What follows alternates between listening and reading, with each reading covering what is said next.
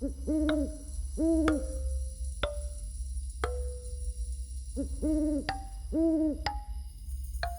हाँ दादाजी, हम समझ गए नहीं आपकी बात। हम गांव में भोरे में आई, राती में ना आई। और अगर कोनो अनजान इंसान दिखी तो हम ओकरा के ना टोकब।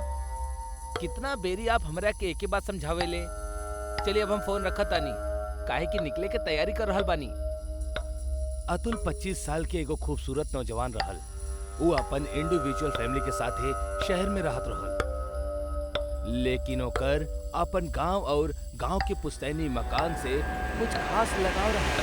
यही वजह से जब भी ओकरा मौका मिलत वो अपन गांव जाए और घूम के वापस आ जाए। अतुल आज करीब 3 साल के बाद अपन गांव जात रहल, जहां वो हाल ही में फैलल एगो दहशत से पूरी तरह अनजान रहल। आज पूर्णिमा के दिन रहल। सुबह के 7 बजे ही अतुल ट्रेन पकड़ ले रहल और तकरीबन शाम के 5 बजे अतुल पहुंच गई अपन जिला राजगढ़ में। यहाँ से ओकर गांव करीब 5 किलोमीटर दूर रहल। अतुल स्टेशन पर उतरेला और बाहर निकल के अपना गांव जाए खातिर सवारी के तलाश करेला, लेकिन वो ये देख के हैरान रह जाला कि वहाँ मौजूद एक भी सवारी राजगढ़ जिला के कौना भी गांव जाए खातिर तैयार ना रहल। तब बे अतुल एगो टांगे वाला से बात करेला। अरे ओ भैया, सुना जरा, कि तू लोग गांव में जाए खातिर काहे तैयार ना बड़ा? कोनो भूत प्रेत बका भैया? अरे कहाँ से आइल बड़ा भैया?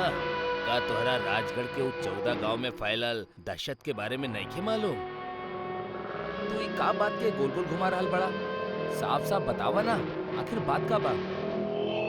अरे भाई साहब, ये वक्त वो किस्से के जिक्र करे में भी डर लागेला। बस इतना समझला, आज पूर्णिमा की रात था। वो सारा गांव अंदर से कब्रिस्तान के समान है, जकरा जमीन पे एक कदम रखे मात्र से तोहार मौत के रफ्तार तेज हो जाई। मत जइहा आज वहां। इतना कहा थी वो तांगा वाला घबरा के वहां से भाग जाला। अतुल वो तांगा वाले के कहल बात के समझे के कोशिश करेला, फिर खुद से बोल पड़ेला, ये गांव वालन के कोनो काम धंधा नहीं, बस एगो मसाला मिले के चाहिए। इनकरा के लागेला कि हम शहरी लौंडा इनकर तकिया सुनल बात से डर जाए। अतुल अपना मन में इतना बड़बड़ात हुए आगे चल देवेला। ओकर हाथ में ओकर एगो सूटकेस रहल, जेके लेके अतुल बिना कोनो सवारी के पैदल ही गांव के तरफ चल देवेला।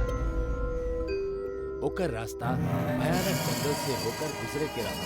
अतुल के शुरुआती कुछ समय सही बीतल। वो सड़क के खत्म करत करत अब गांव के ऊ जंगल में दाखिल होने ही वाला रहल कि तब बे ओकर फोन बजे होला। अरे यार, दादाजी के फिर से कॉल। अतुल दादाजी के कॉल उठावेला। अतुल बेटा, सही सलामत बड़ा ना? आज के रात कौनो होटल या लॉज वगैरह में गुजार लिहा।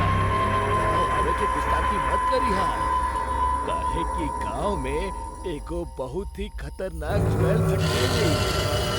आकर्षक मर्दन के दादाजी अबही इतना कहले ही रहले कि अतुल के फोन बैटरी लो होखला की वजह से बंद पड़ जाला।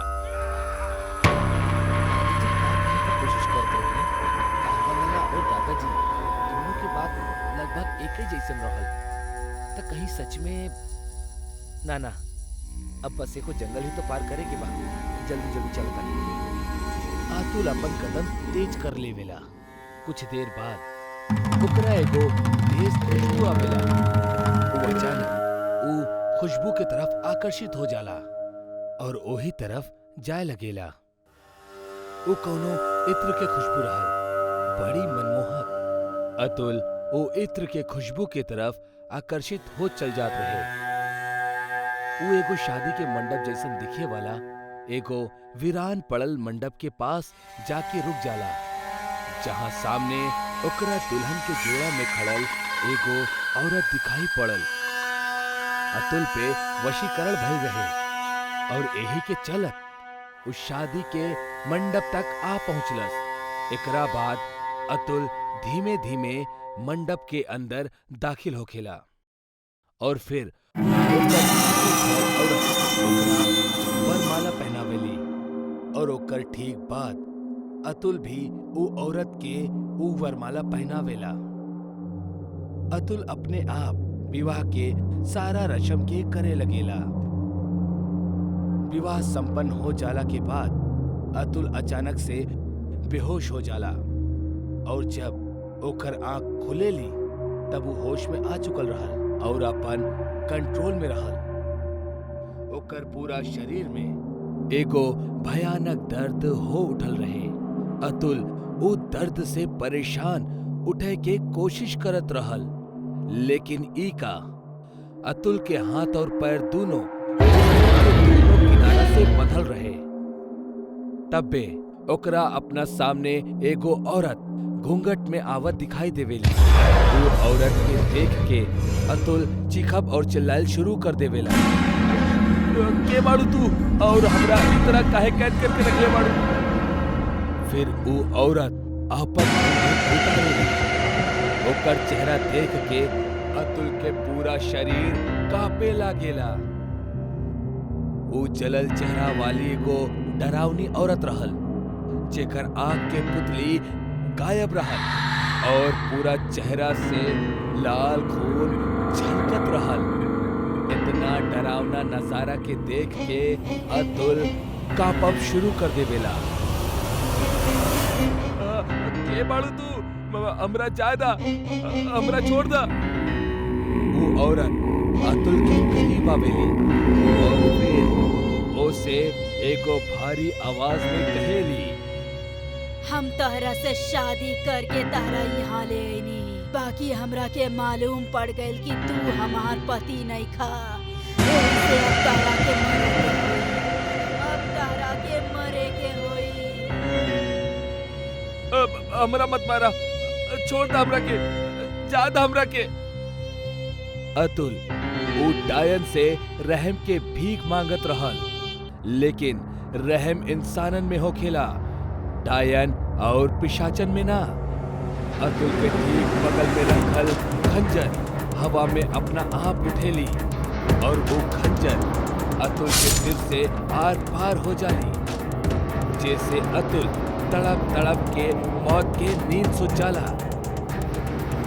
अतुल के भी मृत शरीर गांव के दूल्हे चौराहा पर मिलेला, जहाँ वो विधवा डायन से शिकार भइल लोगन के मृत शरीर मिलेला।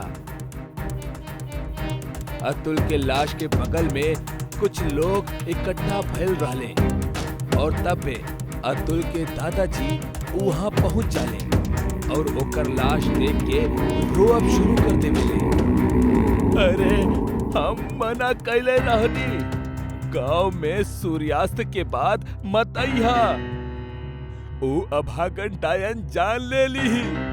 हम आगे कुछ बताईती कि तब में फोन कट गल रहे। हे भगवान, ये सब का हो गई? ये विधवा डायन की कहानी बहुत अलग है। गांव वालन के मुताबिक ऐसन डायन सिर्फ मर्दन के शिकार करेली और वो मर्दन के जौन जवान बाड़े और शादी के लायक बाड़े। विधवा डायन के दास्ता ई बयां करेली कि 2 साल पहले ओकर शादी भइल रहे। शादी के तकरीबन 1 महीना बाद तेज बिजली के झटका लगला की वजह से ओकर पति के मौत हो गई। शादी के 1 महीना बाद ही वो विधवा हो गई। बस यह शौक में वो खुद के जान ले लेलस। लेकिन कुछ लोग इहो बतावेले कि वो खुदकुशी ना कैलस, बल्कि गांव के ही कुछ वैशी दरिंदा लोग ओकर पति के ना होखे की मजबूरी की वजह से ओकरा घेर ले और ओकर बलात्कार क के ओकरा मौत के घाट उतार देले। अब आखिर में ये घटना के का सच है ई त केहू के भी ठीक से नहीं खे पता, लेकिन लोगन के मुताबिक वो औरत के मरद ही वो एगो विधवा डायन के रूप में जन्म लेहलस और शाम ढलला के बाद वो राजगढ़ में छिप छिप के नजर रखेली और जैसे ही ओकरा कोनो जवान युवक दिखेला, ओकरा अपना इत्र के वश में कके ओकरा से शादी कर लेवेली। और जब ओकरा पता चलेला कि ऊ ओकर पति नइखे तो ओकरा जान से मार देला। एगो गांव में आलोक नाम के बहुत नामी चित्रकार अपना बीवी और लइका मित्र के साथ रहत रहल। पर अब बुढ़ापा की वजह से ओकरा चित्र बनाओ कठिन लागत रहे। एगो रात आलोक अपना कमरा में चित्र बनावत रहल और ओकर बीमार बीवी बेड पे लेटल रहल। आप का कर रहल बानी? सोच जाई ना, बहुत रात हो गइल बा। हम अपना जीवन के आखिरी चित्र बना रहल बानी। एकर बाद हम कौनो चित्र ना बनाई। के कर दिखाई? आलोक ओकरा चित्र दिखा के कहेला, तोहार। अच्छा बा। हवा के वजह से ऊपर वाला पन्ना उड़े लागल और बीवी ओकर नीचे वाला पन्ना पे के चित्र थोड़ा सा देख लेलस। ओ नीचे के कर चित्र बा? आलोक पन्ना के पलटलस और नीचे वाला चुड़ैल के चित्र सामने आ गई। हे भगवान, कितना भयानक चुड़ैल बाड़ी। ऐसन लगता जैसे अभी बाहर आके अपन बड़ रूप धारण करी। आप ऐसन चित्र काहे बनैनी? दरअसल यह हमार आखिरी चित्र रहल, पर हम सोचनी तोहार भी एगो चित्र बनावे के चाही। ओ चुड़ैल के चित्र के देख के पद्मनी के चक्कर आवे लागल। आलोक, हटाई एकरा के सामने से। हमरा के तकलीफ हो रहल बा। हटाई एकरा के। आलोक फौरन ओ चित्र के एगो कपड़ा से ढक के पद्मनी के बेड पे लेटा देलस। अरे तू सुत जा, हमहू थोड़ा देर में सुत जाई। आलोक अपना चित्र के काम के रोक देलस और कमरा के बाहर चल गई। पद्मिनी कमरा में अकेली सुतत रहली। खिड़की से तेज हवा अंदर आवत रहे। एकर वजह से वो कपड़ा उड़ गई और चुड़ैल के चित्र फिर से दिखे लागल। वो अंधेरा कमरा में वो चुड़ैल के चित्र चमकल शुरू कर देलस और पन्ना धीरे धीरे वो बोर्ड से निकले लागल। पन्ना पूरा निकले के बाद उड़ के पद्मनी के मुंह के पास आ गई और चेहरा जोर से दबावे लागल। पद्मिनी के सांस अटक जाए के वजह से वो जोर जोर से फड़फड़ाए लागल। वो पन्ना के हटावे के कोशिश करे लागल, पर ओकर कोनो फायदा ना भइल। पद्मिनी के आवाज भी ना निकलत रहे। धीरे धीरे ओकर शरीर हिलब भी बंद हो गई और ओकर मौत हो गई। पद्मनी के मरला के बाद वो चित्र वापस वो बोर्ड पे चिपक गई। आलोक कमरा में आयल और पद्मनी के शांति से सुतत देख ओकर बगल में सुत गई। दूसरा दिन के सुबह आलोक और ओकर बेटा मित के पद्मिनी के बारे में पता चलल तो उनकरा बहुत दुख भइल।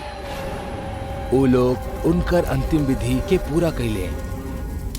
जब ओकर चिता जलत रहे तब आलोक के कुछ याद आयल और वो अंदर की तरफ भागल। वो अंदर पद्मिनी के चित्र के पास आयल और ओकरा देखे लागल। ई तो हर आखिरी निशानी है, एकरा भी तू अपने साथे ले जा। इतना कह के वो झटका से पद्मनी के चित्र बोर्ड से निकललस और बाहर आके के चिता में फेंक देलस। पर फेंकला के बाद ओकरा पता चलल कि वो चुड़ैल के चित्र भी फेंक देलस। वो रोवे लागल और मीत के लेके घर के अंदर चल गई। उहे रात आलोक अपना कमरा में बेड पे अकेला लेटल रहल। ओकरा पद्मिनी के बहुत याद आवत रहे। उठल और पद्मनी के चिता के पास चल गई।